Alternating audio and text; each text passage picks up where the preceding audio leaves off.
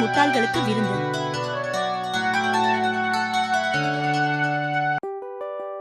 பீர்பால், எனக்கு ஒரு வித்தியாசமான ஆசை. நம் நாட்டில் உள்ள 4 முட்டாள்களுக்கு நான் விருந்து கொடுக்க வேண்டும். அதற்கு நீங்கள் தான் 4 முட்டாள்களை அழைத்து வர வேண்டும். ஆகட்டும் அரசே.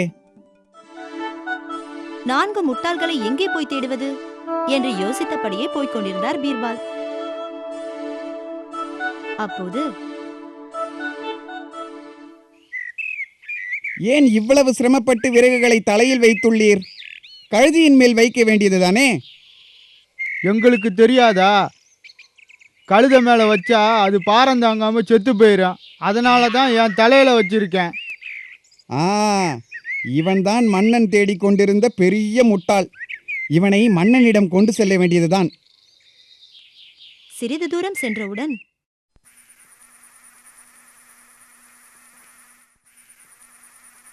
என்ன தேடிக்கொண்டிருக்கிறீர்? என் மோதிரம் தொலைஞ்சிடுச்சு, அதைத்தான் தேடிக்கிட்டு இருக்கேன். எங்கே தொலைந்தது? என் வீட்டில். பிறகு ஏன் இங்கு தேடுகிறீர்? அங்கே வெளிச்சம் இல்லை, இங்கே தான் வெளிச்சம் இருக்கு. அதனால தான் இங்கே தேடுறேன்.